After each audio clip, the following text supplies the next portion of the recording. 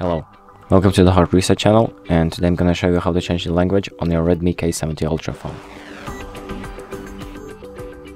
So the first thing we're gonna do is we're going to open up settings, this app right here, and then we're going to scroll down to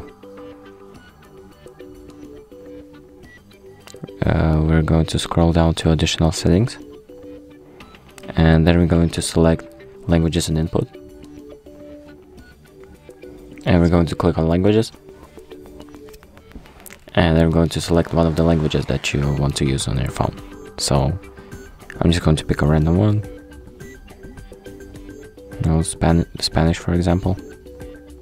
Click OK to apply the changes, and now once you exit, we can see that the language of our phone has been changed. And that's it.